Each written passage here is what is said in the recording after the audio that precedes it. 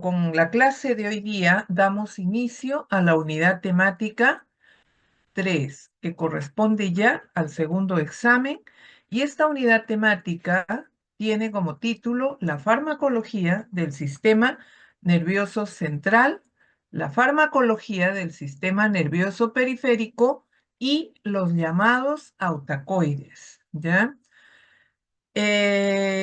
Vamos a ubicar aquí a un gran o a varios grupos farmacológicos, ¿ya? Que actúan tanto a nivel del sistema nervioso central y periférico. Pero hoy día nos vamos a ocupar específicamente de la neurotransmisión, o sea, de la parte fisiológica, bioquímica del sistema nervioso central. Vamos a desarrollar esta parte introductoria que nos va a ubicar en los demás grupos farmacológicos, ¿ya? Y luego, esta es la primera parte, en la segunda parte desarrollaremos la farmacología de los autacoides. ¿A quiénes llamamos autacoides? Entonces lo vamos a definir ahora, además que ustedes ya lo saben por fisiología, y nos vamos a ocupar de los autacoides de importancia farmacológica, ¿ya? Sobre todo aquellos que tienen o aquellos agonistas o antagonistas de estos autacoides que tienen utilidad terapéutica. Bien, entonces vamos a empezar con nuestra actividad académica, chicos. Todos, por favor, atentos, ¿ya? En modo así, en modo alerta, ¿ya? Vamos a desarrollar esta unidad temática.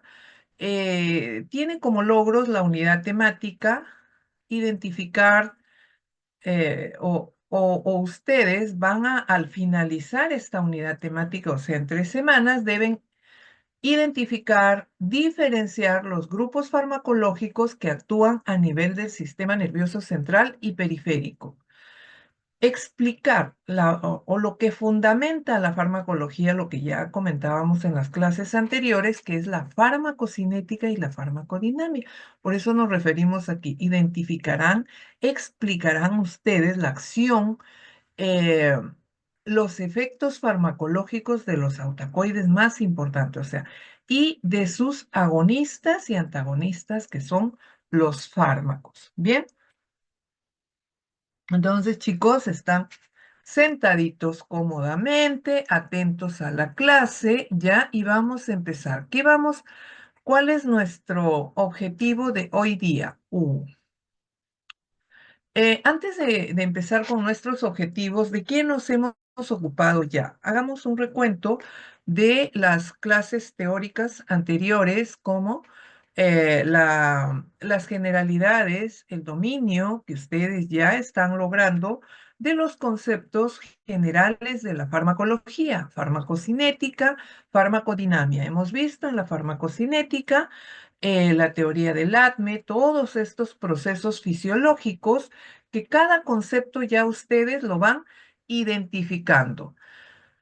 Y en la farmacodinamia, pues los conceptos que sostienen a la farmacodinamia, que fundamentan a este proceso donde el fármaco genera una serie de cambios fisiológicos, bioquímicos, a nivel sobre todo intracelular. Entonces, ¿cuál es nuestro objetivo de hoy día? Diferenciar las funciones del sistema nervioso central y las funciones a nivel periférico. Entonces vamos a identificar a estas sustancias químicas llamadas neurotransmisores que van a mediar funciones a nivel central y a nivel periférico. Pero ¿cómo van a mediar estas funciones? A través de sus efectores. ¿Y quiénes son sus efectores? Los receptores. Ya tenemos la definición de receptores, las características que se le atribuye a esta macromolécula proteica. ¿Describir la regulación y las acciones de los neurotransmisores? Sí. Tienen funciones fisiológicas, pero además tienen acciones farmacológicas. Identificamos a los principales autacoides, por supuesto, y asimismo a sus agonistas y antagonistas y sus propiedades farmacológicas. Bien. Ah, y de estos, pues, interpretaremos la utilidad terapéutica. El sistema nervioso central y periférico, como ya habíamos visto en la práctica, ¿ya? En las clases anteriores nos hemos ocupado del sistema nervioso autonómico, ¿ya? El sistema nervioso autonómico, chicos, y aquí. A ver, a ustedes les gustan los tips, los consejos así prácticos y rápidos. Quien domine el sistema nervioso autonómico dominará la farmacología. Así que es momento en que se pongan a revisar, a diferenciar. No confundan un agonista con un antagonista. Eso es crítico. No confundan un colinérgico con un adrenérgico, ¿ya? Un agonista adrenérgico con un agonista colinérgico. O sea, tienen que tener muy bien esta diferenciación. Y para ello, su base es su fisiología. Lo hemos visto ya en la práctica, hemos explicado, creo que en cada subgrupo, ampliamente esta parte fisiológica del sistema nervioso autonómico, ¿ya? Que es, a ver, en nuestro grupo sí teníamos una discusión de lo voluntario y lo involuntario, ¿ya? Pero nos quedó muy claro, ¿ya? Bien, a ver, vamos a empezar con el sistema, la anatomía y la fisiología del sistema nervioso central. Creo que ustedes ya son expertos, dominan, tienen ya todo su fundamentación anatómica y fisiológica muy bien asimilada, ¿ya? Entonces, el sistema nervioso central, ¿ya? Donde vamos a encontrar a toda esta masa encefálica protegida, ¿ya? Protegida en toda una cavidad anatómica, donde encontramos pues cerebro, cerebelo y toda esta estructura anatómica profunda que juega un rol fisiológico a nivel importante, no solo a nivel del sistema nervioso central, sino también periférico, ¿ya? Y la unidad de este sistema, que es la célula, la neurona, que tiene sus componentes y sus mecanismos de transmisión diferente a otras células del organismo, ¿ya? Estas se conectan a través del axón y van a transmitir la señal nerviosa o toda esta transmisión nerviosa a nivel no solo central, sino también periférico. En conclusión, aquí vamos a tomar este concepto del texto, ¿ya? Que dice que el sistema nervioso central está formado por varios tipos de células especializadas, o sea, las neuronas especializadas que se integran fisiológicamente para formar el tejido cerebral funcional complejo. La célula primaria de comunicación es la neurona, ya lo que ya estábamos comentando, que está fuertemente influida y sostenida por una variedad de células de soporte importantes. Las conexiones específicas entre las neuronas, tanto dentro como a través de las macrodivisiones del cerebro, son esenciales para la función neurológica, ¿ya? O sea, para la función neurológica. Recordemos que el sistema nervioso central predomina sobre todos los sistemas. Todos los sistemas tienen un rol fisiológico importante, pero este predomina en importancia. Entonces, esta función neurológica, mediante patrones de circuitos neuronales, las neuronas individuales forman conjuntos funcionales para regular el flujo de información dentro y entre las regiones del cerebro. Bajo estas pautas, la comprensión actual de la organización celular del sistema nervioso central se puede ver desde la perspectiva del tamaño, la forma, la ubicación y las interconexiones entre las neuronas. Ahora, a ver, nuestras neuronas también las podemos clasificar entre importantes, las que juegan un rol fisiológico más importantes unas que otras. A ver, vamos a compararlo, a ver, ¿con quién cómo lo podemos comparar en jerarquía a nuestras neuronas, ¿ya? Hay neuronas que forman parte, por ejemplo, de la capacidad intelectual óptima que vamos a encontrar en el tálamo, en las regiones del cerebro, en sustancia nigra, ¿ya? Y forman familias de neuronas. Recordemos que además las neuronas las podemos identificar anatómicamente como mielínicas, amielínicas, cortas, varias formas de identificar y cómo transmiten la señal nerviosa. Pero vamos a ver un ejemplo así bien, digamos, común para identificar a las neuronas y cómo le damos esa jerarquía. A ver, en la universidad nosotros somos un grupo de personas.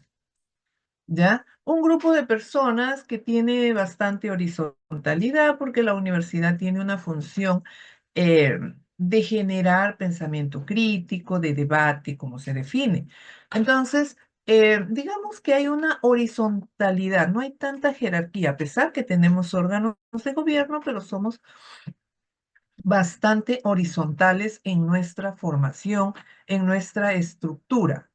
Pero lo que no sucede, por ejemplo, a ver, ¿con qué otra organización? Con las Fuerzas Armadas. Las Fuerzas Armadas tienen una jerarquía rígida, ¿no? Existen eh, las máximas, los máximos representantes, digamos, no sé cómo se les denomina, que son los, a ver, ¿quiénes serían? Los generales, ¿ya? Luego están los coroneles, los... ¿quién está debajo? No vaya a molestar porque las Fuerzas Armadas hay que llamarlos como tal, si no se incomodan, ¿no? Los coroneles, los mayores, los alférez, los capitanes y abajo la tropa, ¿ya? Entonces, en una guerra, ¿quiénes van a la guerra? Va la tropa. Pero en nuestras neuronas, en nuestra estructura anatómica del sistema nervioso central, tenemos nuestras neuronas así generales, digamos.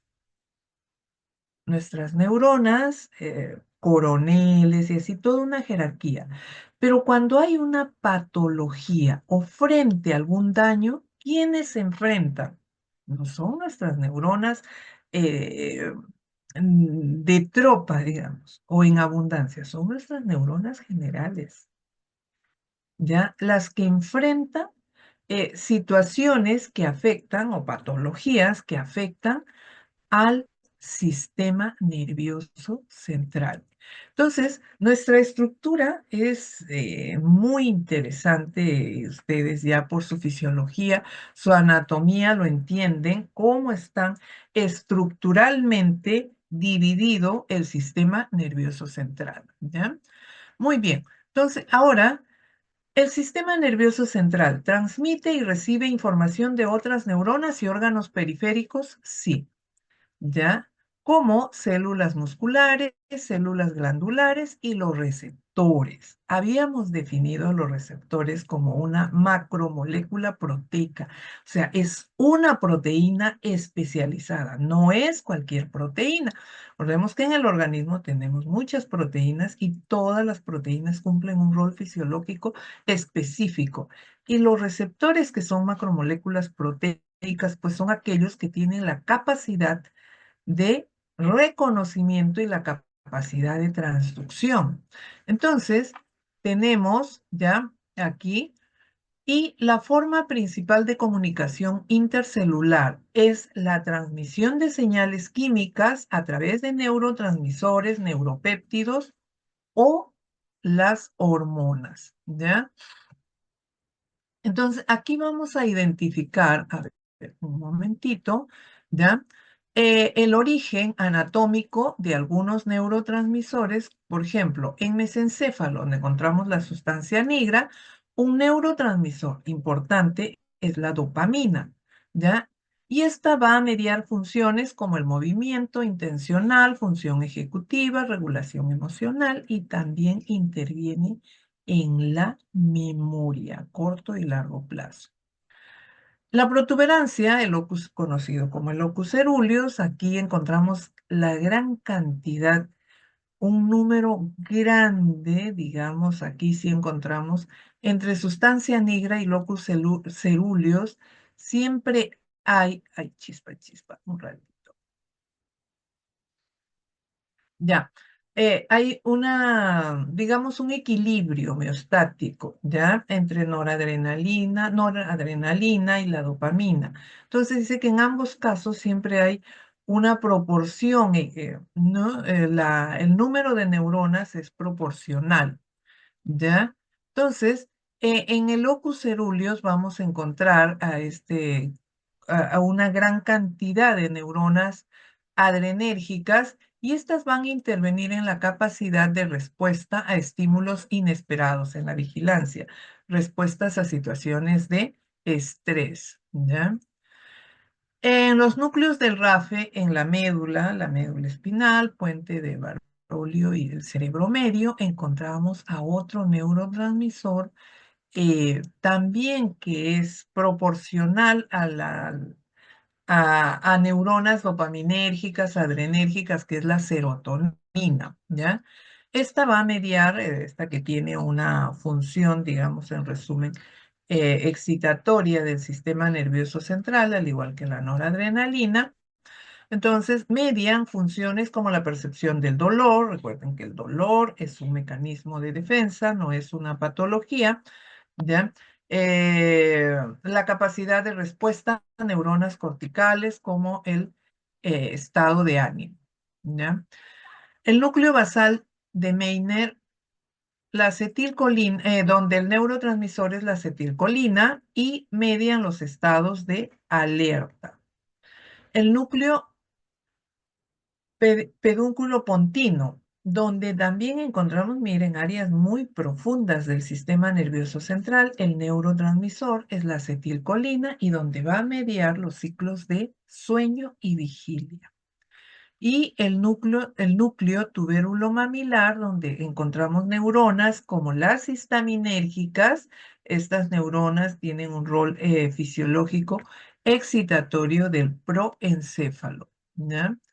Entonces vamos a encontrar estas regiones del cerebro, ya como neocorteza, hipocampo, núcleos del RAFE, amígdala, corteza cerebral, corteza cerebelosa, núcleos del RAFE, entonces, y la médula espinal, donde vamos a encontrar a neuronas presinápticas que almacenan o que en vesículas van a almacenar, a sintetizar y luego almacenar a los neurotransmisores. Igualmente podemos visualizar aquí al tálamo, hipotálamo, lóbulo temporal, el locus coeruleus, ¿ya? Sustancia nigra, núcleo estriado, o sea, y la corteza cerebral. Entonces, estamos o encontramos, miren, la localización en áreas anatómicas profundas del sistema nervioso central.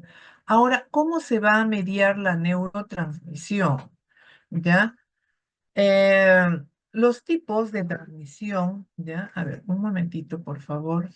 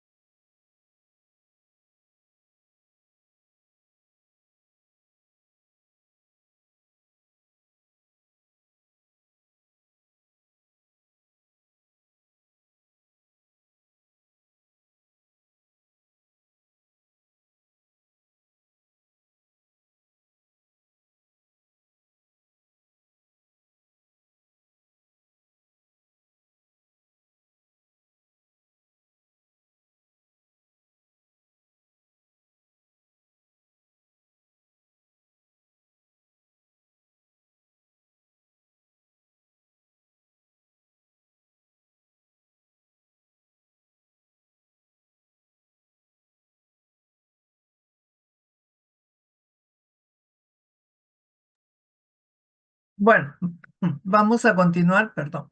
¿Ya? Entonces, tenemos los diferentes tipos, digamos, de transmisión fisiológica, ¿ya? A ver, un momento, por favor.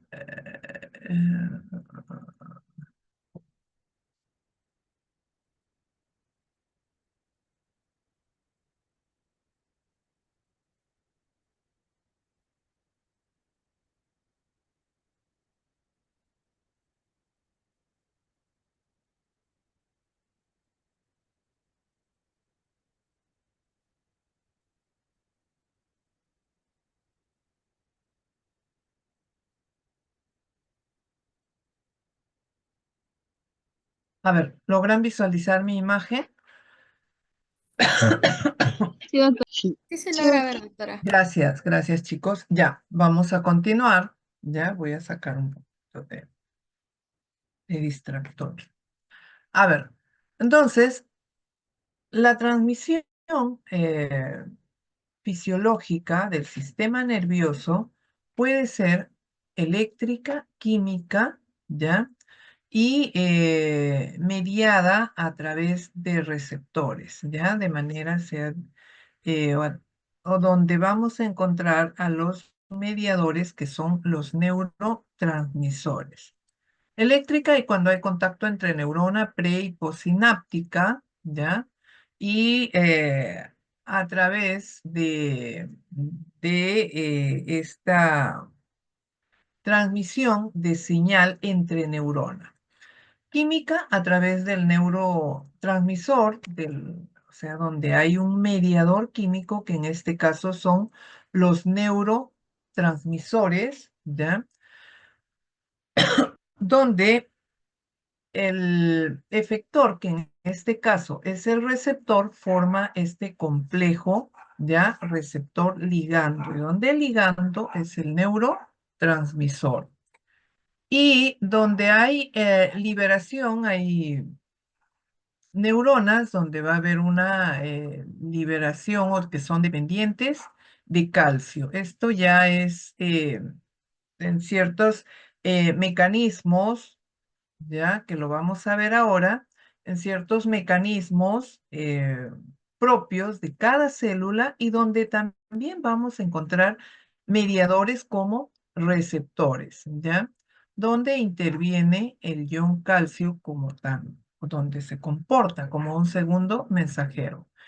Y esta mediación de esta neurotransmisión mediada a través de receptores es una regulación directa, ¿ya? Porque al formarse el complejo receptor ligando, que en este caso es el neurotransmisor, vamos a diferenciar a dos grupos de receptores, que son los ionotrópicos y los metabotrópicos. Los ionotrópicos son más rápidos o son los que median una respuesta rápida en menor tiempo. No hay consumo de energía, por ejemplo, pero sí hay un intercambio iónico, un cambio en el potencial de membrana. A diferencia de los metabotrópicos, que es un receptor de membrana, ¿ya? Y que va a estar acoplado a una proteína G. Y la proteína G puede ser de diferentes tipos dependiendo del tejido, dependiendo del tejido principalmente, donde encontremos al receptor, ¿ya?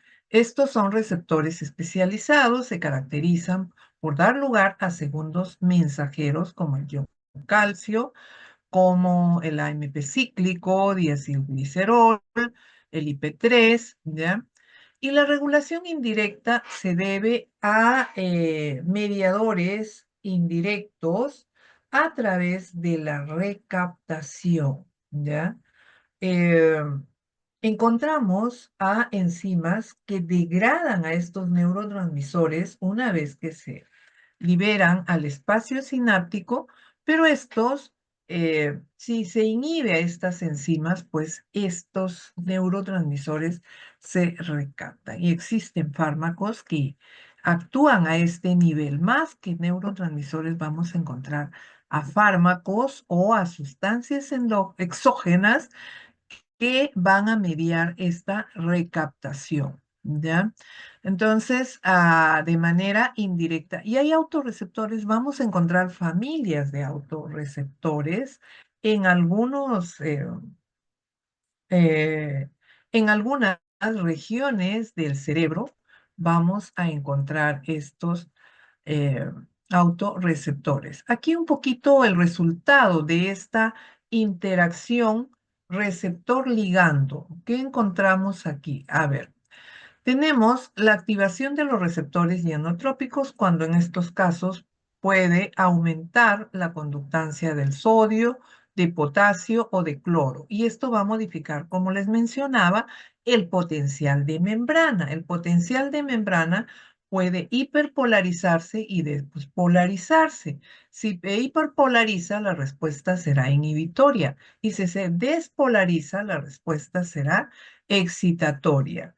Entonces, cuando se forma el complejo fármaco-receptor, en los receptores y este receptor transmembranal está acoplado a una proteína G, pues aquí vienen los segundos mensajeros, como ya les había mencionado. Vamos a repasar un poquito para ganar tiempo de el rol de los neurotransmisores y sus familias de receptores. ¿Cuáles son los tipos de receptores? ¿Ya? La acetilcolina eh, es un neurotransmisor que lo vamos a encontrar a nivel pre y postsináptico del sistema parasimpático, ¿ya? Del sistema parasimpático también cumple un rol fisiológico a nivel de placa motora, ¿ya? Y vamos a encontrar que tiene afinidad principalmente en receptores metabotrópicos como son los receptores colinérgicos muscarínicos, M1, M2, M3, ¿ya?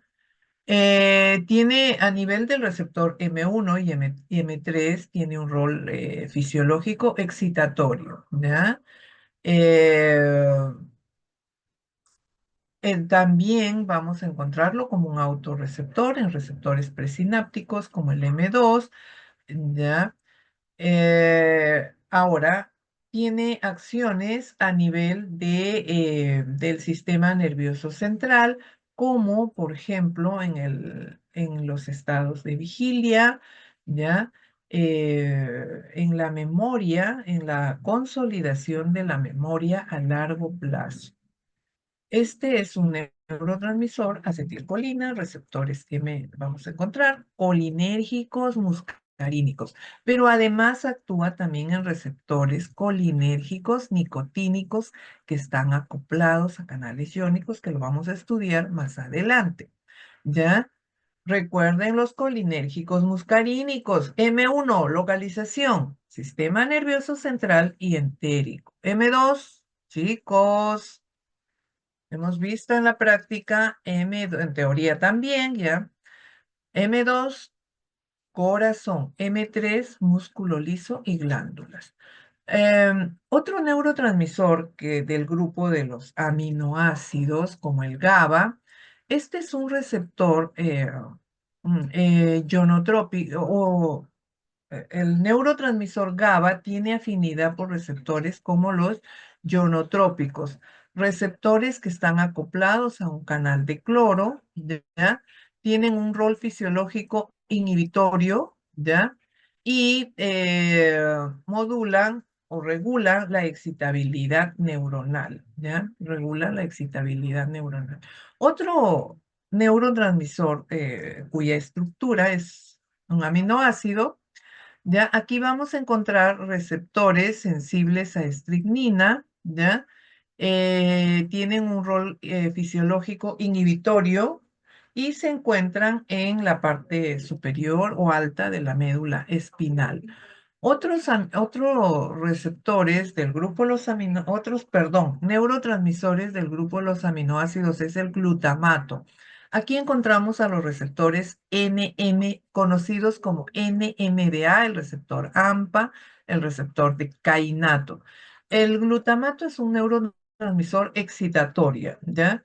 También regula la función neuronal, hay un equilibrio, digamos, homeostático entre los receptores excitatorios e inhibitorios, ¿ya?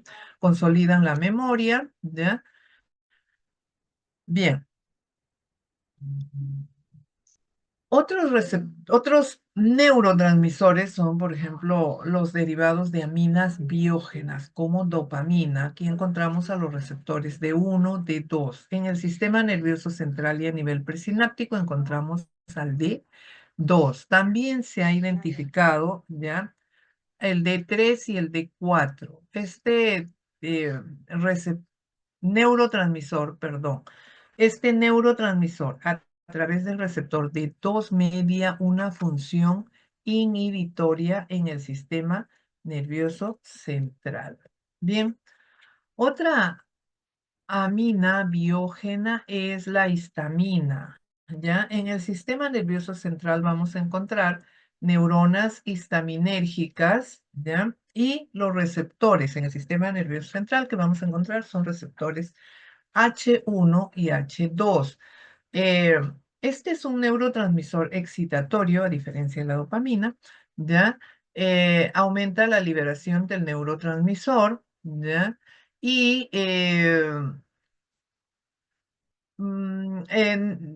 las neuronas histaminérgicas las vamos a encontrar a nivel del hipocampo, amígdala y ganglios basales. ¿Ya? Eh, el receptor H1, que vamos a encontrar en abundancia en el sistema nervioso central, ¿ya? Em, media los estados de vigilia o tiene un rol fisiológico este neurotransmisor de regular los estados de vigilia, mantiene la plasticidad, la flexibilidad neuronal, ¿ya? La memoria interviene también en la memoria, así que la histamina vamos a encontrar más adelante que también tiene un rol fisiológico importante como a nivel neuronal, así como también tiene un rol patológico. Y también el receptor H2 juega un rol inhibitorio como un autorreceptor y heteroreceptor. Esto se da a nivel del tronco encefálico. Otro neurotransmisor es la noradrenalina, ¿ya? Es un neurotransmisor excitatorio importante en el sistema nervioso central. Vamos a encontrar a los receptores adrenérgicos, los alfa y los beta, a nivel central y a nivel periférico. Los alfa, como el alfa 1, es un receptor excitatorio, el alfa 2, un receptor presináptico inhibitorio que media la transmisión adrenérgica. Los beta 1, beta 2, sobre todo el beta 2 que encontramos en el encéfalo, ya en el sistema límbico, en el núcleo accumbens. Entonces, eh, desde el sistema nervioso central se regula la función adrenérgica a nivel periférico, como ya lo hemos visto en eh, la unidad temática anterior. Serotonina, un neurotransmisor tiene un rol importante como neurotransmisor porque este es un autacoide, ¿ya? Vamos a encontrar 5 familias de receptores muy bien identificadas, que lo vamos a ver más adelante, pero en general este es un receptor excitatorio, ¿ya? Siempre en los textos revisamos que hay un equilibrio para mantener la homeostasis neuronal, la función neuronal digamos, en condiciones fisiológicas normales, siempre nos señalan que hay un equilibrio homeostático entre la liberación de noradrenalina, dopamina y serotonina. ¿Ya? Los neuropéptidos o llamados péptidos opioides. Aquí encontramos a una familia de péptidos que tienen un rol fisiológico en el sistema nervioso central muy importante. Sus receptores opioides actúan a nivel de sus propios receptores. Tienen receptores específicos llamados opioides que los vamos a estudiar en el capítulo o aquí en esta misma unidad temática en el grupo farmacológico de los analgésicos opioides. Pero estos median un rol fisiológico inhibitorio a nivel neuronal. Otros que encontramos neuropéptidos como las taquicininas, que actúan a nivel de receptores NK, una familia muy selectiva, específica de receptores, pero median estos un rol fisiológico excitatorio. Bien, entonces, aquí vamos a encontrar ya cuáles son sus mecanismos, un resumen de lo que ya hemos mencionado, acetilcolina, ya los M1, M2, M3, cuáles son excitatorios e inhibitorios, y el segundo mensajero involucrado, en el caso de dopamina, GABA, un receptor acoplado a un canal iónico, un receptor ionotrópico, ¿ya? Igual que glutamato y serotonina vamos a encontrar receptores tanto metabotrópicos como ionotrópicos, más metabotrópicos, ¿ya? Más vamos a encontrar a los metabotrópicos. Bien, pasamos igual a noradrenalina, receptores, todos estos metabotrópicos, ¿ya? El caso de los adrenérgicos alfa y beta. Histamina también, ya receptores metabotrópicos están acoplados a proteínas G, el H1 a una proteína GP o GQ y el H2 a una proteína GS. Y los péptidos opioides eh, como son receptores presinápticos, son receptores que están acoplados a las proteínas, a una proteína receptor o estos receptores opioides eh, de, cuya característica es un receptor transmembranal, un receptor metabotrópico, pero que está acoplado a una proteína GI. ¿Ya? Aquí tenemos a las taquicininas, la sustancia P, un mediador, un neurotransmisor mediador del dolor, ya es un neurotransmisor excitatorio. Bien, ahora vamos a referirnos un poquito a la liberación a la síntesis, liberación y la acción e inactivación del neurotransmisor. Los neurotransmisores requieren de precursores y los precursores para su síntesis son eh, aminoácidos, ¿ya? Aminoácidos que llegan a las neuronas presinápticas transportadas específicamente también por transportadores o proteínas que son eh, que tienen un rol transportador para estos aminoácidos llamados aromáticos que al ingresar a la neurona presináptica sintetizan al neurotransmisor y este neurotransmisor se almacena en vesículas presinápticas y se almacena allí y se va a liberar por mecanismos propios de la neurona. ¿Y de qué depende este mecanismo para liberarse? Del aumento del calcio intracelular, ¿ya? Al aperturarse canales de calcio, aumenta el calcio intracelular y este neurotransmisor almacenado en esta vesícula se va a liberar al espacio sináptico aquí. ah, Se va a liberar aquí, ya, al espacio sináptico por por exocitosis, ¿ya? También encontramos receptores metabotrópicos presinápticos aquí, ya hemos visto algunos, ya hemos identificado a receptores metabotrópicos presinápticos. Una vez que el neurotransmisor se libera al espacio sináptico, va a ocupar a receptores, a sus receptores específicos, efectores en la neurona postsináptica. ¿Ya? Aquí y es aquí donde media funciones. Esta unión del fármaco, perdón, del ligando del neurotransmisor con el receptor es una unión fugaz, ¿ya? Y luego Al liberarse el receptor va a ser degradado aquí, ¿ya? Va a ser degradado dependiendo del tipo de molécula, acetilcolina, noradrenalina, tienen a sus eh, enzimas que van a metabolizar o a degradar. En el caso de los receptores ionotrópicos como los GABA, ¿ya? Los GABA, el GABA A es un receptor ionotrópico, el GABA B sí es metabotrópico. Esto ya en la siguiente clase lo van a estudiar bien. Pero ¿qué caracteriza este receptor ionotrópico? Es un receptor que forma un canal, como lo podemos visualizar aquí. Esta es la membrana celular. El receptor forma el canal. Encontramos aquí los dominios intra y extracelular. Pero este receptor está formado por 5 subunidades y encontramos la subunidad de fijación para el neurotransmisor, ¿ya?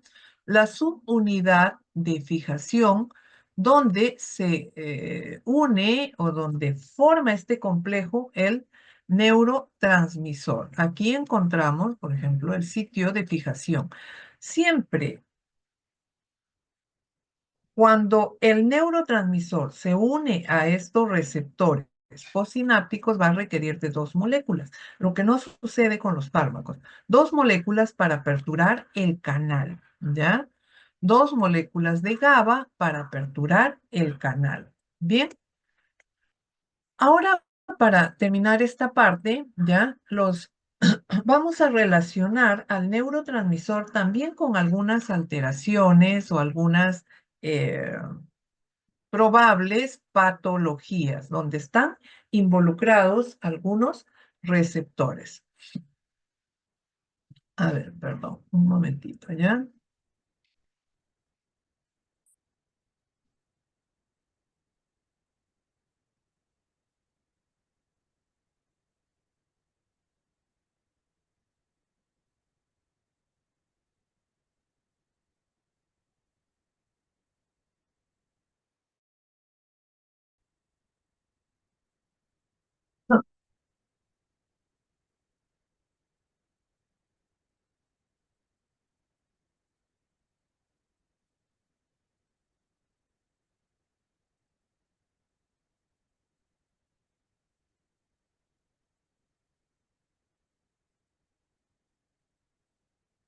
Ya, entonces vamos a identificar la relación entre el neurotransmisor, el receptor involucrado y alguna patología o una probable patología.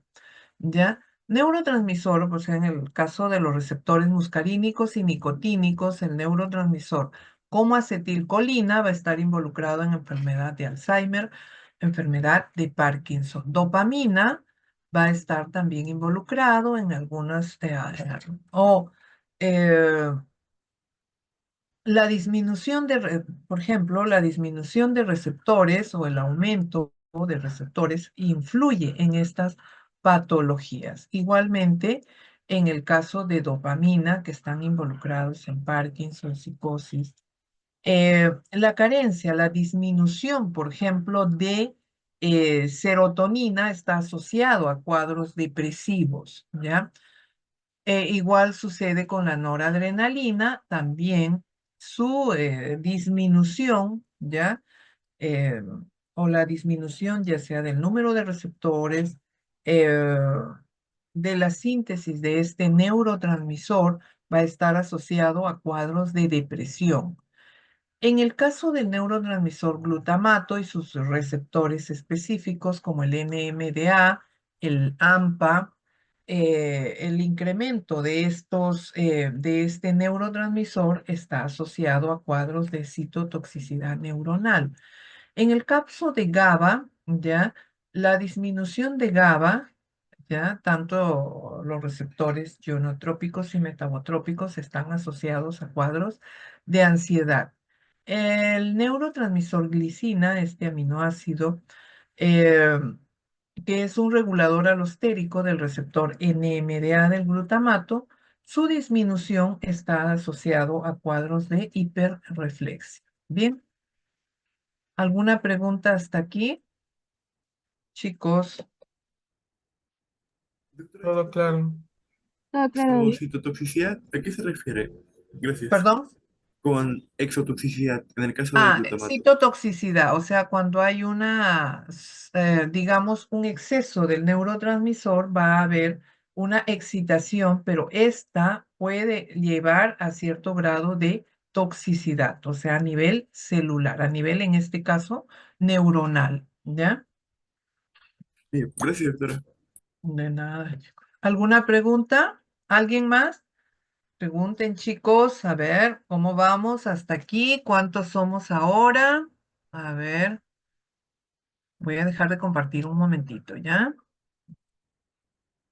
101 y son 105 matriculados, ¿ya? Este es el grupo más, 106 con una alumnita que se ha matriculado. 106 matriculados. ¿Cómo vamos? A ver, y menos 2, o sea, 99 han faltado.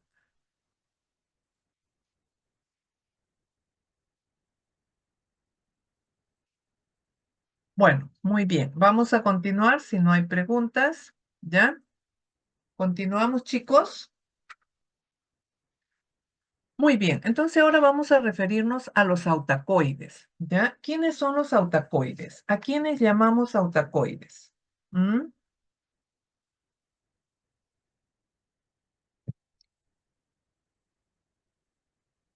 ¿Qué es un autacoide? ¿Se acuerdan de fisiología? A ver, hagan su Sustancias que son liberadas por el mismo tejido. sustancias que son liberadas, ¿ya? Por un tejido, pero además actúan en su entorno, muy cerca, porque es autos, es propio, ¿ya? Y coide es sinónimo de medicamento, ¿ya? Entonces, autacoide que tiene un rol, por eso dice, son hormonas locales que actúan en el entorno donde se sintetiza, donde se libera, ¿ya? Entonces, vamos a encontrar a estos autacoides que a su vez se comportan como neurotransmisores, que a su vez tienen un rol fisiológico en la neurotransmisión. Vamos a ocuparnos de ellos, de los que tienen importancia farmacológica, ¿ya? Entonces, ¿quiénes son los principales autacoides? La serotonina y la histamina. Además, bradiquimina, vamos a encontrar prostaglandinas, que son eicosanoides, igual que los leucotrienos, angiotensina 2, óxido nítrico y el péptido natriurético auricular, interleuquinas, entre otros, ¿ya? Y podríamos mencionar a otros más. Entonces, vamos a estudiar a los... Uy, la computadora ya está con flojera. A ver, ya. Serotonina y los antiserotonínicos. Serotonina, ¿ya? Un autacoide que se sintetiza a partir del aminoácido triptófano. Ahora, ¿el aminoácido triptófano es esencial o no esencial? Acuérdense de su curso de bioquímica, ¿ya? Entonces, este aminoácido que se transporta hasta una neurona sináptica, ya sea en el sistema nervioso central o entérico, ¿ya? Entonces, está en el sistema nervioso central por una descarboxilación y descarboxilación, ¿ya? Y una reacción de hidroxilación se convierte en 5-hidroxitriptamina o llamado ya serotonina. La 5-hidroxitriptamina, que es el aminoácido, es sinónimo, digamos, de serotonina, se almacena en la vesícula presináptica como cualquier otro neurotransmisor, se libera por los mismos mecanismos y por exocitosis y a nivel postsináptico encontramos a diferentes tipos de receptores. Del 5-HT2A en adelante, los 5-HT1 son receptores presinápticos llamados autorreceptores. Encontramos neuronas serotoninérgicas en el tálamo, hipotálamo, núcleos del RAFE, sustancia nigra, eh, corteza, donde encontramos a los receptores 5-HT2, ¿ya? Igualmente aquí vamos a encontrar el mecanismo de transducción de señales. Aquí se libera la serotonina, ¿ya? Receptores presinápticos como toda la familia del 5-HT1, ¿ya? Que son autorreceptores y, ¿ya? Eh, los receptores 5-HT2 al 5-HT5 lo vamos a encontrar a nivel postsináptico. Miren, 5-HT2, un receptor metabotrópico acoplado a una proteína GP o GQ. 5-HT3 está acoplado a un canal iónico. 5-HT4 acoplado a una proteína GS, igual que 5-HT5. 4 al 7, es decir, 5, 6 y 7 están acoplados a una proteína GS, ¿ya? Esta es la membrana o la neurona postsináptica, ¿ya? Entonces, aquí encontramos todos los mecanismos de transducción de señales que va a mediarse a través de este receptor, ¿ya? Ahora, ¿cuáles son? Más que el rol fisiológico, vamos a referirnos un poco a las acciones farmacológicas de la serotonina. Bien, a nivel cardíaco, a nivel del músculo cardíaco, tiene una acción inotrópica y cronotrópica positiva. Y no hay, o por lo menos no tenemos identificados receptores en el músculo cardíaco, pero median una acción inotrópica y cronotrópica positiva. Pero a nivel vascular es más complejo porque vamos a encontrar una acción vasoconstrictora a nivel sobre todo cerebral, mediada por receptores 5-HT2 que se encuentran y que vamos a encontrar localizado a estos receptores en músculo liso vascular, en circulación cerebral. Y una acción vasodilatadora mediada por receptores 5-HT1 a nivel de, o por receptores, por estos autorreceptores que median una acción vasodilatadora. Así son de especiales nuestros neurotransmisores. En plaquetas, donde encontramos al receptor 5-HT2, van a mediar una acción agregante, pues tienen una acción de agregación plaquetaria, ¿ya? En el tracto respiratorio también encontramos receptores, tienen una acción broncoconstrictora mediada por receptores 5-HT2 y una acción, o van a mediar una acción de hiperventilación porque estimulan a quimioreceptores.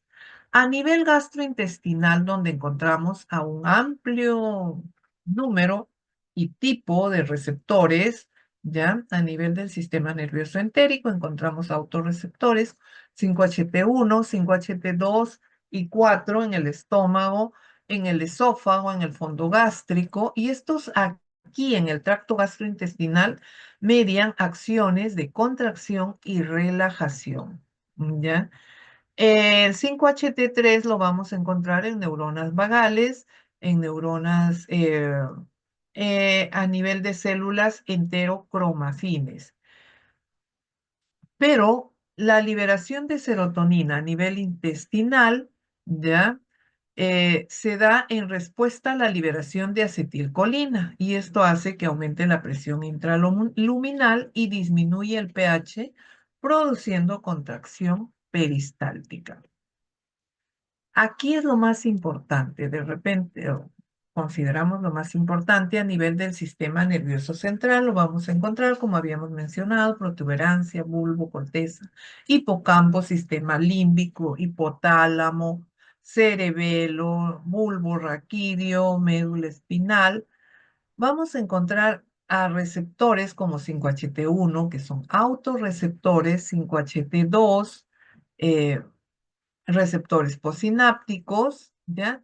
Y estos, miren, están involucrados en el sueño, en la regulación del sueño, no son inductores del sueño, pero sí intervienen en la regulación del sueño, ya que la serotonina está involucrada en el ritmo circadiano.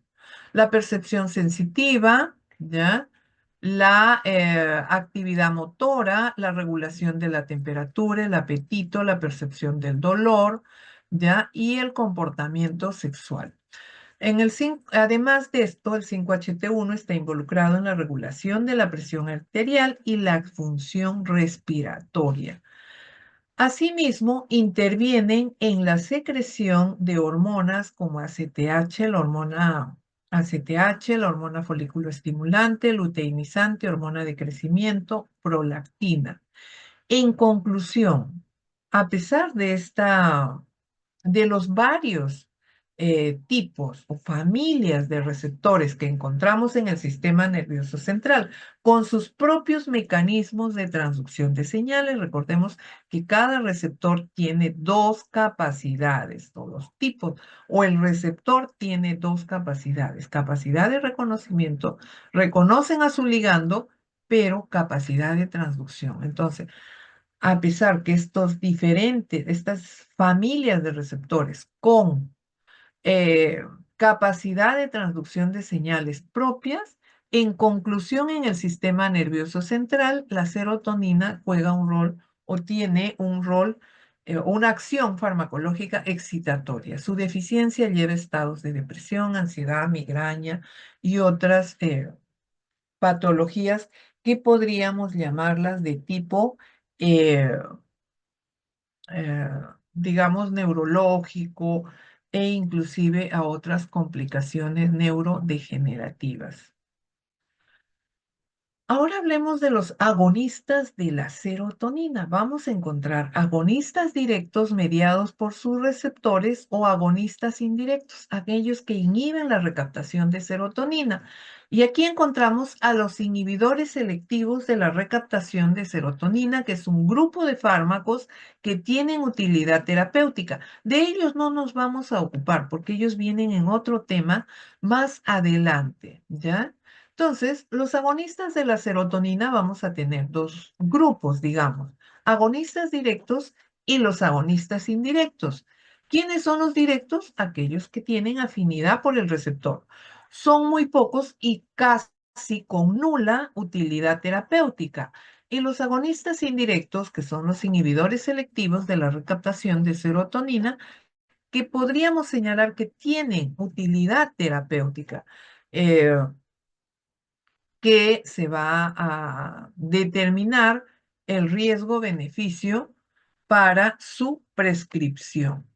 Bien, aquí encontramos a los receptores de serotonina que ya los hemos venido mencionando, la familia del 5-HT1, que son autorreceptores, 5-HT2, T, 5-HT3, 5-HT4, 5-HT5, 6 y 7. Su mecanismo de transducción de señales, su localización anatómica, su función, ya hay muchos de ellos desconocidos, y aquí algunos ejemplos de fármacos agonistas y antagonistas. Como pueden ver, son muy pocos y una gran mayoría en estudios, ¿ya? En estudios. Y los fármacos que vemos aquí, su utilidad terapéutica también no es, algunos de ellos pueden ser considerados como primera opción en el caso de los antagonistas del receptor 5-HT3, ¿ya? Los agonistas de receptores 5-HT1, como el sumatriptán en el caso de migrañas, los otros en casos de náuseas, que ya los vamos a ver. Aquí encontramos también a una lista de fármacos, esto como ejemplo, agonistas y antagonistas de serotonina, buspirona, el ansiolítico no benzodiazepínico, un agonista de la familia 5-HT1, sumatriptán, útil en migrañas agudas, almotriptán igualmente, dolacetrón, granicetrón, ondansetrón, estos análogos, estos antagonistas del receptor 5-HT3, útiles en náuseas, pero solo en náuseas producidas por radio o quimioterapia. Alocetrón, un antagonista del receptor 5-HT3, útil en el síndrome de intestino irritable. A ver, Aquí encontramos a sustancias que son agonistas de la serotonina, ya de algunos receptores específicos, como por ejemplo la dietilamida del ácido lisérgico, el LSD. Su afinidad por estos receptores, ya, como el 5-HT2A tiene efectos alucinógenos, el 5-HT2C tiene alteraciones de la conducta, ¿ya? Un momentito, por favor.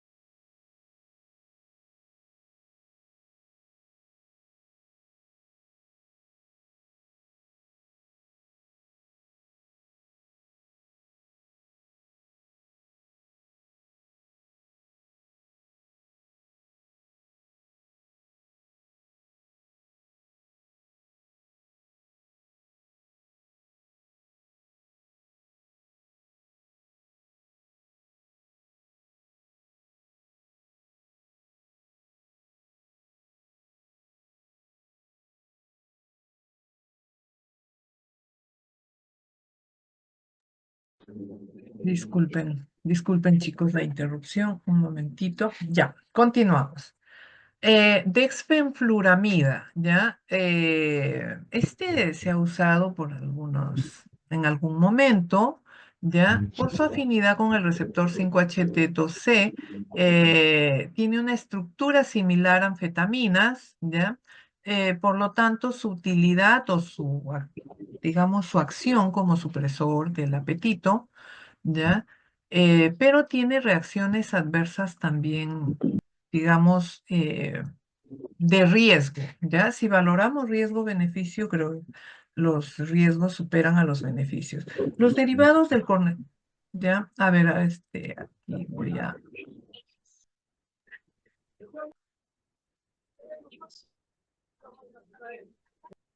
A ver, hay alguien que tiene el micrófono, pues ya. Ah,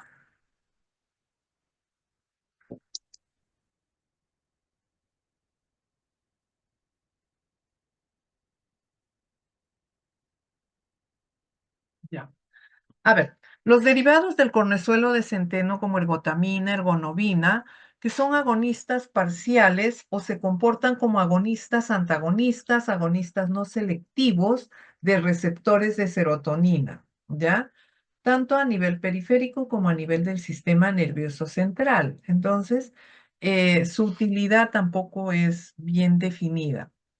Y lo que habíamos visto, los ansiolíticos no benzodiazepínicos como buspirona y sus análogos son agonistas parciales de los receptores 5-HT1, específicamente el 5-HT1A, aparecieron como una alternativa a las benzodiazepinas, pero sus RAMs no son tan favorables. O sea, eh, si valoramos riesgo-beneficio, pues los riesgos están superando a los beneficios y no hay, digamos, un beneficio frente a otros fármacos que tienen esta misma utilidad. Entonces, digamos que es una última opción. Otros agonistas, como cisaprida, son agonistas parciales de receptores 5-HT4 utilizados como alternativa para trastornos del reflujo gastroesofágico, pero resulta que son mucho más tóxicos que otros tratamientos convencionales. Otros agonistas, estos de repente cobran importancia, pero aún también su ransom de valorar los sumatriptán y sus análogos, ¿ya? Estos, que son agonistas parciales de los receptores de la familia 5-HT1A, perdón, 5-HT1D y B, que se administran por vía oral o subcutánea, su biodisponibilidad es muy baja, un metabolismo hepático y la duración de sus efectos es corta, digamos. Útil principalmente para tratamiento de migrañas, ¿ya? Pero también tienen RAM severas. Miren, llegan al vasoespasmo coronario, arritmias, parestesias, mareos, además de RAMs de tipo B, ¿ya? Y aquí tenemos un cuadro comparativo en cuanto al tratamiento con placebo y sumatriptán, ¿ya? La persistencia del dolor es mucho menor con sumatriptán, por supuesto, las náuseas, la fotofobia, que es característico en las migrañas. Bien, ahora los antiserotonínicos, aquellos que tienen afinidad por el receptor de serotonina, pero carecen de actividad intrínseca, ¿ya? Y además puede haber un bloqueo también. La otra forma de antagonizar es bloqueando las neuronas serotoninérgicas, que no es un mecanismo, digamos, recomendable. Los antiserotonínicos encontramos a esta familia útil, ondansetron, granisetron, fármacos que se o que son que tienen afinidad por el receptor 5-HT3, son antagonistas de este receptor a nivel central y periférico y se usan para prevenir náuseas, vómitos, como ya habíamos mencionado, eh, inducidos por radioterapia o quimioterapia. Ketanserina y ritanserina, que tienen afinidad por receptores 5-HT2A y 2C, nada más, no hay más. Pero se ha encontrado que tienen afinidad por receptores adrenérgicos como el alfa-1, receptores de histamina como el H1.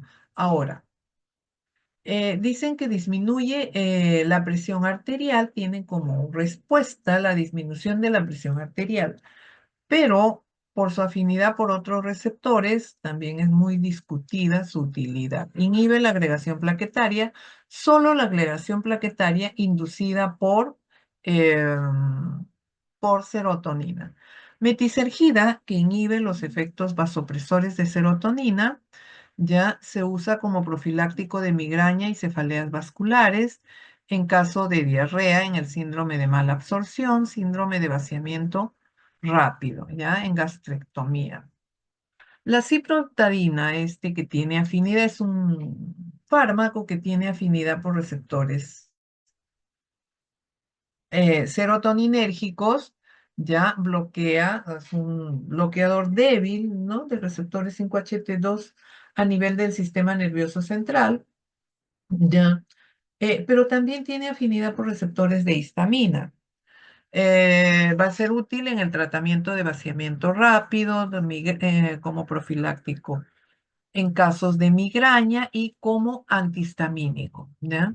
Disperidona y clozapina, un bloqueador del receptor 5-HT2A y 2C. Tiene una gran afinidad, además, por los subtipos de receptores de dopamina. Esto no nos vamos a ocupar porque estos lo van a estudiar en otro grupo de fármacos, solamente como referencia por la afinidad por el receptor de serotonina, ¿ya? Aquí algunos fármacos y algunos mecanismos que pueden precipitar síndrome serotoninérgico, el incremento de la formación de serotonina, el exceso de triptófano, por ejemplo, ¿no? El aporte de triptófano, este aminoácido, en algunos alimentos. Incremento de la liberación de serotonina, ya algunas anfetaminas, efectos anfetaminas biógenas, anfetaminas sintéticas, ¿ya? Cocaína, que pueden incrementar la liberación. Empeoramiento de la recaptación de serotonina, ya algunos opioides, cocaína, por ejemplo, ya anfetaminas sintéticas, derivados de opioides como meperidina, tramadol, pentazocina, dextrametorfano, ¿ya? Otros que inhiben los inhibidores selectivos de la recaptación de serotonina, moduladores de serotonina, los antidepresivos tricíclicos, aquellos que inhiben MAO, y los antagonistas de receptores 5-HT3, ¿ya? que también pueden precipitar un síndrome serotoninérgico. Aquí vamos a ver un poco lo que es esta explicación de la hipótesis patológica, digamos, o eh, de cómo se genera, cómo se produce la migraña. De quién tiene un mecanismo fisiopatológico aún difuso, pero sí por la sintomatología y también para entender el tratamiento debemos entender, ¿ya? Esta patogenia de la migraña, ¿ya? Entonces, pueden deberse a muchos factores endógenos donde vamos a encontrar mediadores químicos, la intervención de neuronas, terminaciones nerviosas sensitivas, la intervención de sustancias químicas como prostanoides, neurotransmisores, la liberación de algunos neurotransmisores como neuropéptidos que pueden generar sea una vasodilatación o una neuroinflamación. Entonces, va a haber dolor, ¿ya? Fotofobia, náuseas, o sea, una serie, esta cefalea se acompaña con síntomas neurológicos, ¿ya? Malestar, o sea, irritabilidad, fotofobia, eh, náuseas, entonces, y esto amerita tratamiento, ¿ya? Esto amerita un tratamiento y el tratamiento pasa desde los analgésicos hasta otros fármacos de uso específico, ¿ya? Aquí vamos a encontrar el tratamiento cuando aparecen estos síntomas de gente que padece de estas molestias, de estos síntomas, ¿ya? Ese no, se me avecina una migraña con aura, sin aura, eh, que algunos puede ser de larga duración. Entonces habíamos visto ya cómo esta se inicia una fase asintomática, fase prodrómica, ya donde hay trastornos visuales y la cefalea, que es molesta, incómoda, ya. Aseguro que muchos de ustedes la padecen, pero también hay que buscar eh, mejoras nuestro autotratamiento, ¿ya? Algo está afectando, hay algún factor desencadenante. Y también la selección de fármacos, desde analgésicos, AINES, por ejemplo, ¿ya? AINES, en algunos casos se va a requerir opioides. Entonces, con precaución, con seguimiento del uso de estos fármacos. Luego tenemos a los derivados del cornezuelo de centeno como la ergotamina, la dihidroergotamina, que son vasoconstrictores a nivel de circulación cerebral. Son útiles, pero también tienen algunas reacciones adversas a nivel periférico, ¿ya? Pueden inclusive llegar a presentar algunas respuestas de tipo cardíaco como las taquicardias o bradicardias. Y luego tenemos a los triptanos, a los que son agonistas de serotonina, que ya hemos visto, ya cuando estas no ceden. Inclusive la asociación de fármacos aquí está permitida, ¿ya? Tanto podemos también acudir a otros grupos de fármacos como antagonistas adrenérgicos, anticonvulsivantes, bloqueadores de canales de calcio e inclusive antidepresivos para el tratamiento de estas migrañas y también ser útiles estos fármacos como profilácticos. ¿Ya? Entonces aquí hay un texto de un manejo, lo vamos a pasar ya esto para avanzar, ¿ya? En casos de emergencia, por ejemplo, ¿ya? ¿Cuál sería la elección o los fármacos de probable elección para administración por vía parenteral en casos de emergencia? En tratamiento ambulatorio, la vía oral. No olviden que la vía de elección en una terapia ambulatoria es la vía de elección, la vía oral. Otro autacoide es la histamina. Ya nos quedan 10 minutos y tenemos que terminar. 15 minutos, ¿no? La histamina es un autacoide llamado también secretagogo, un neurotransmisor, tiene un rol fisiológico importante en los estados de vigilia, regula los estados de vigilia, así que ustedes, chicos, su histamina debe encontrarse en condiciones óptimas, ¿ya? Vamos a encontrar a receptores 5HT1, 5HT2 y estos abundan a nivel de el músculo liso, como a nivel del tracto respiratorio, de vasos, y también vamos a encontrarlo en el tracto gastrointestinal, ya, por lo cual interviene en las secreciones del jugo gástrico, del ácido. Ahora, la histamina también tiene como precursor a un aminoácido llamado histidina. ¿Qué pasa, por ejemplo, si ustedes hoy día o ayer, en domingo, comieron, a ver, ¿qué almorzaron ayer? A ver, chicos, ¿qué almorzaron ayer? Plato típico peruano. Por ejemplo, chicos, hola, chicos. Ceviche, ceviche, Ceviche, muy bien, Matías se ganó un punto hoy día. Matías, comieron ceviche, ya el pescado. Gran cantidad de aminoácidos, pero suponiendo que ese pescado no era tan fresquito, era del día anterior y igual el ceviche sabe delicioso, pero se almacenó una mayor cantidad de histidina, de este aminoácido. Entonces, vienen las reacciones de hipersensibilidad, ¿ya? La triple respuesta de Lewis, ¿se acuerdan? Bueno, a ver, acuérdense, chicos. Esta histidina, por reacciones de descarboxilación, va a convertirse en un en un autacoide llamado histamina. Esta histamina se va a degradar a metabolitos polares por reacciones de metilación y desaminación y se va a excretar vía renal. Este mecanismo es rápido. La unión de la histamina con su receptor es fugaz, ¿ya?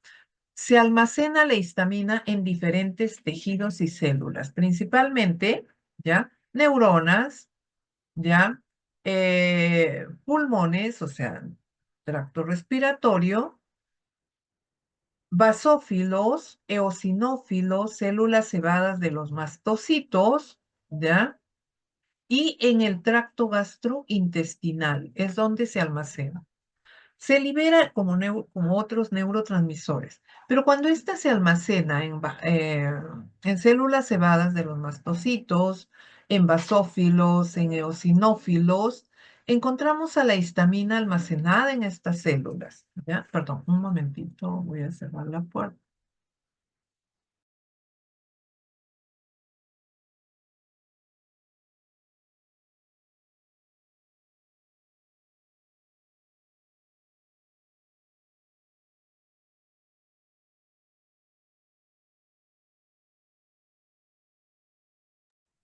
Aquí está almacenada la histamina, ¿ya? Y para liberarse, requiere el aumento de calcio intracelular, ¿ya?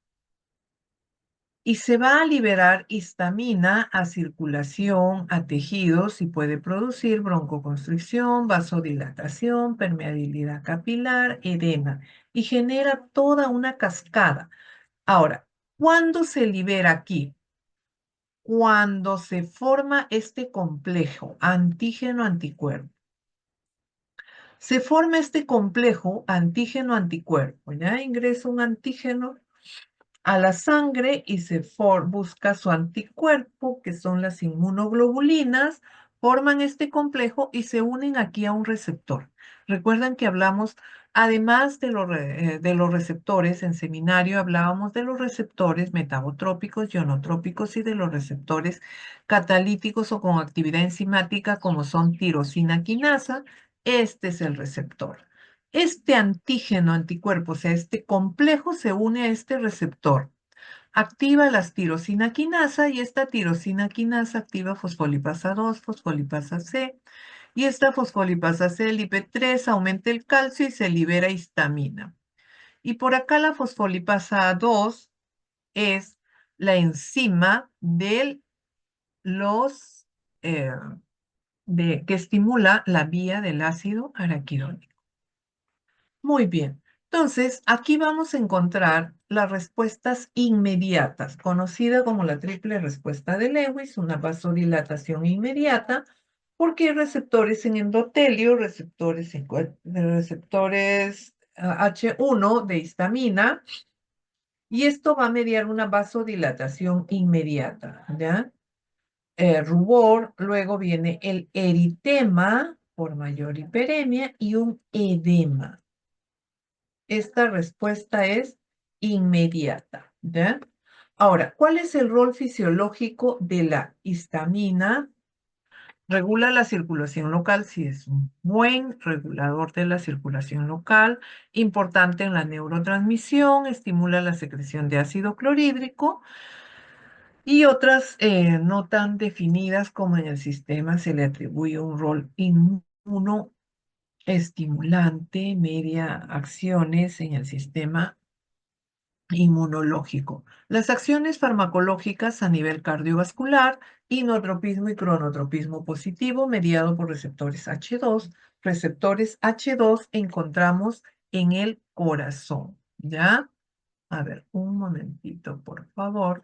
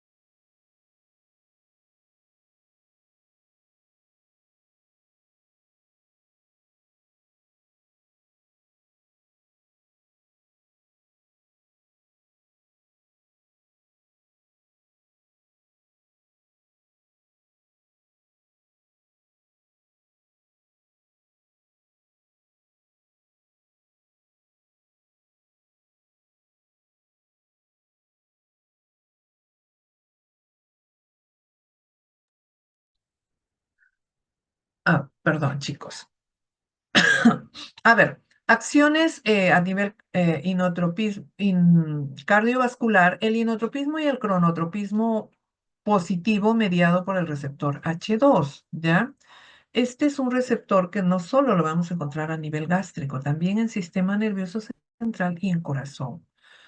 A nivel del músculo liso, median una acción broncoconstrictor. El músculo liso en general contraen broncoconstricción, contraen el músculo liso uterino, el tracto gastrointestinal, ¿ya?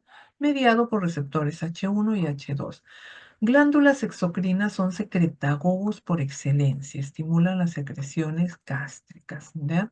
Receptor involucrado, receptor H2 y en el sistema nervioso central como un neurotransmisor. Voy a corregir acá, neurotransmisor, no, neurotransmisor, ¿ya? Intensificando el estado de vigilia H1 y aquí los receptores involucrados H1 y H2, ¿ya? Muy bien. Hoy creo que ya. Ahora vamos a referirnos a los agonistas y antagonistas de los receptores de serotonina. Agonistas, eh, solo serotonina, vamos a encontrar otras sustancias que no son fármacos, pero sí los de utilidad terapéutica son los antagonistas. Los fármacos median o tienen un mecanismo de acción de antagonismo competitivo. Desplazan a la histamina del receptor y ocupan el receptor. Y recordemos que el fármaco antagonista tiene afinidad, pero carece de actividad intrínseca. Entonces, vamos a diferenciar a estos antagonistas en antagonistas H1, ya aquellos que antagonizan al receptor H1, y antagonistas H2 o antihistamínicos anti-H2 y que inhiben la secreción ácida. Vamos a ocuparnos solo de estos primeros, antagonistas H1, ¿ya? Porque los antihistamínicos H2 o los antagonistas del receptor H2 los vamos a estudiar en la unidad temática 5 cuando corresponda a la farmacología gástrica.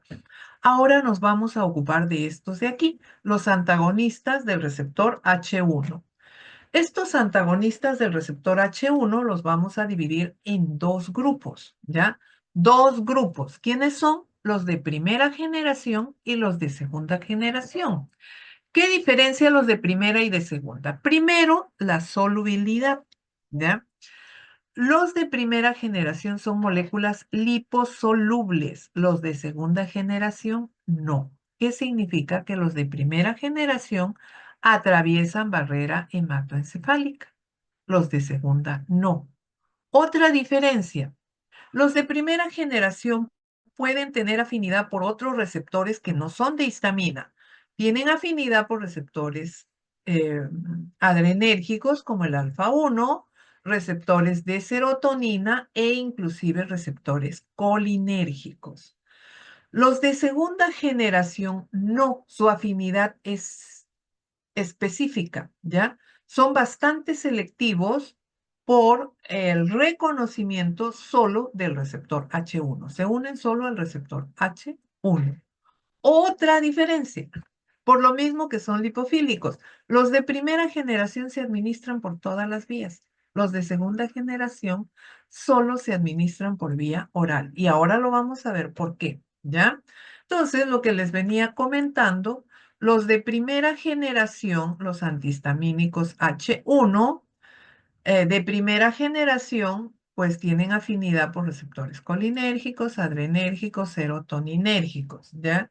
Por eso es que además de la acción antihistamínica, tienen acciones anticolinérgicas, antiadrenérgicas, es que hay sequedad de boca, retención urinaria, una taquicardia sinusal, y una acción antiadrenérgica, pues la hipotensión, los mareos, la taquicardia refleja, y en la acción antiserotonínica, el aumento del apetito, ¿ya? Así que los antihistamínicos también van por allí. Ahora, su acción antihistamínica, ¿ya? En casos de prurito, o sea, eh,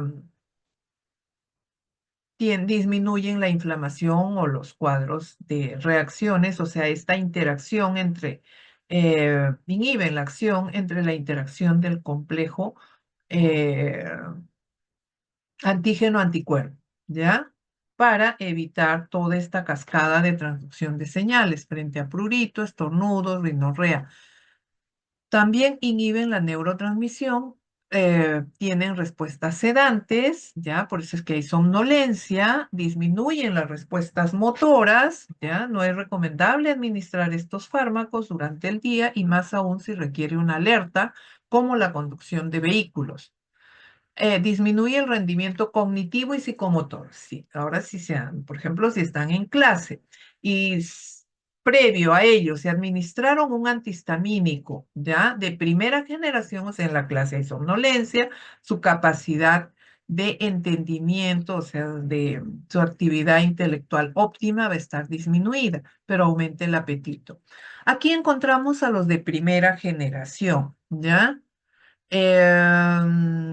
Como carbinoxamida, los de primera generación, dimenhidrinato, que es el prototipo y que no se usa como antihistamínico, ahora se usa como antivertiginoso, la difenhidramina, que se sigue usando y tiene efectos sedantes marcados, los derivados de piperacinas, ¿ya?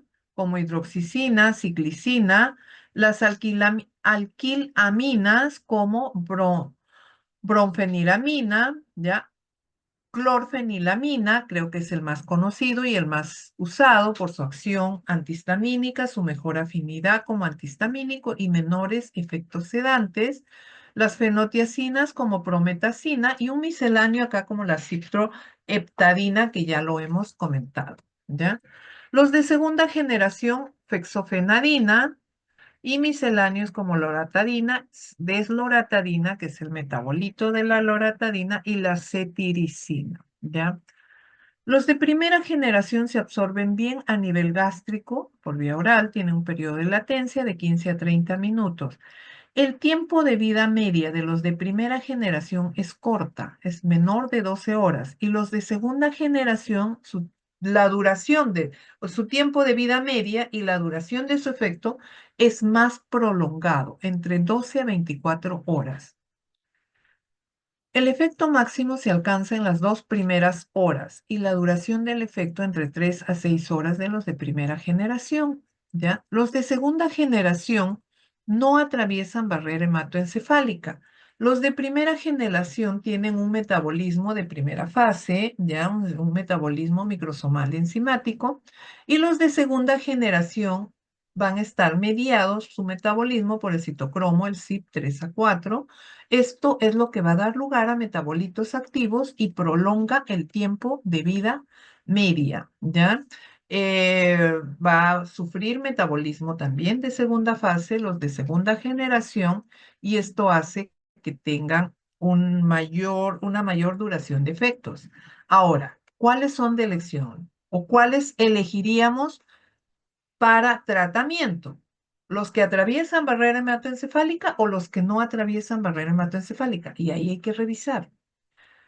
A ver, las acciones farmacológicas son la acción antihistamínica, anticolinérgica, antiadrenérgica, inclusive una acción anestésica local porque inhiben la transmisión del impulso nervioso y una acción antiserotoninérgica. Solo los de primera generación, como vemos aquí, y en el caso de la acción antihistamínica, de primera y segunda generación. Los antagonistas, o sea, su mecanismo de acción se debe a un antagonismo competitivo, ¿ya? Inhiben de forma selectiva y reversible los efectos de histamina en el receptor H1. Las RAMs, la sedación, sobre todo los de primera generación, mareos, tinnitus, efectos anticolinérgicos como serostomía, bloqueo efectos antiadrenérgicos, la hipotensión, hipersensibilidad en uso tópico, fiebre medicamentosa. En niños puede haber un efecto rebote como es la excitación por temblor e insomnio. En niños es peligroso, ya no hay que abusar de estos fármacos. Eh, no debe asociarse a otros depresores del sistema nervioso central, van a potenciar la depresión.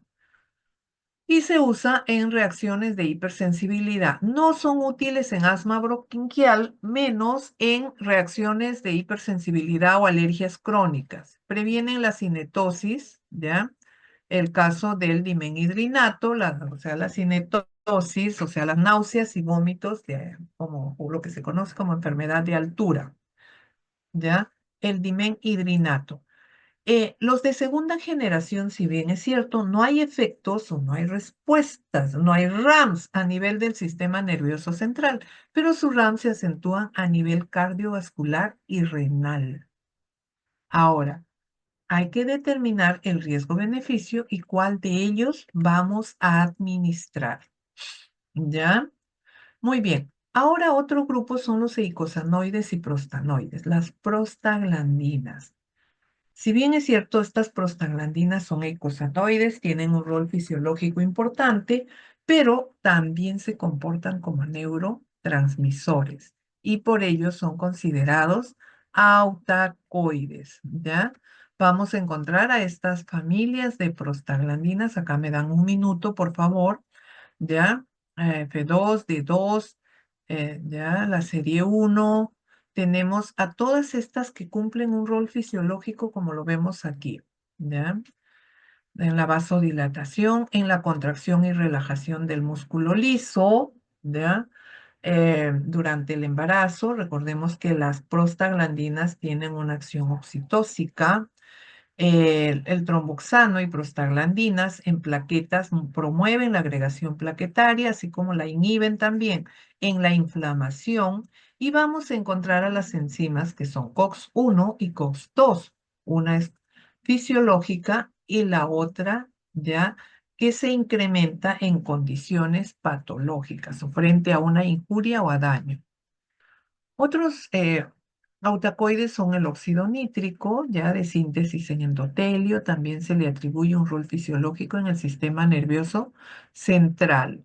Tiene una acción vasodilatadora, antiproliferativa, antitrombótico y antiinflamatorio, este óxido nítrico. Bien, podríamos seguir mencionando, pero estos son los de importancia farmacológica. ¿Hasta aquí alguna pregunta, chicos? ¿Ya? ¿Hasta aquí alguna pregunta? Las conclusiones que vamos a llegar son, la neurotransmisión del sistema nervioso central depende de mecanismos propios, de sus mecanismos, de sus efectores, mecanismos de transducción de señales. Factores externos son contribuyentes para su síntesis, almacenamiento y liberación de estas sustancias químicas. Los autacoides cumplen un rol fisiológico definido e identifican ya al componente celular, tisular y orgánico. Asimismo, vamos a identificar a los agonistas y antagonistas de los autacoides, su importancia farmacológica y valorar el riesgo y beneficio de cada uno de ellos. ¿Ya? ¿Preguntas, chicos? ¿Preguntas? Doctora, una pregunta. Dígame. Cuando estaba comentando sobre la serotonina, o sea, su efecto, o no, el uso terapéutico es más que nada indirecto. O sea, inhibe la recaptación de serotonina, me Sí, parece. sí, sí, Ya, sí. o sea, ¿por qué? Sí, ya sabes. Eso es que hay una acumulación de serotonina en el espacio, en nivel sináptica y todo ello. Ujú, ujú. Mi pregunta va, ¿por qué, por ejemplo, no causa, no da o no altera en general a todas las funciones de la serotonina? O sea, por ejemplo, Sí. ¿por qué no, o sea, por qué no causa, no sé, hipertensión arterial? ¿Por qué no aumenta la motilidad gástrica? ¿Por qué no te da más sueño, no das apetito? O sea, y ¿por qué lo usamos nada más como antidepresivo? A eso Ah, va con mi pregunta. Cuando, cuando traten ese grupo de fármacos van a encontrar que sí, también están involucrados con muchas de estas respuestas, ya que has mencionado, con estas respuestas biológicas y que son o los vamos a encontrar dentro de las reacciones adversas.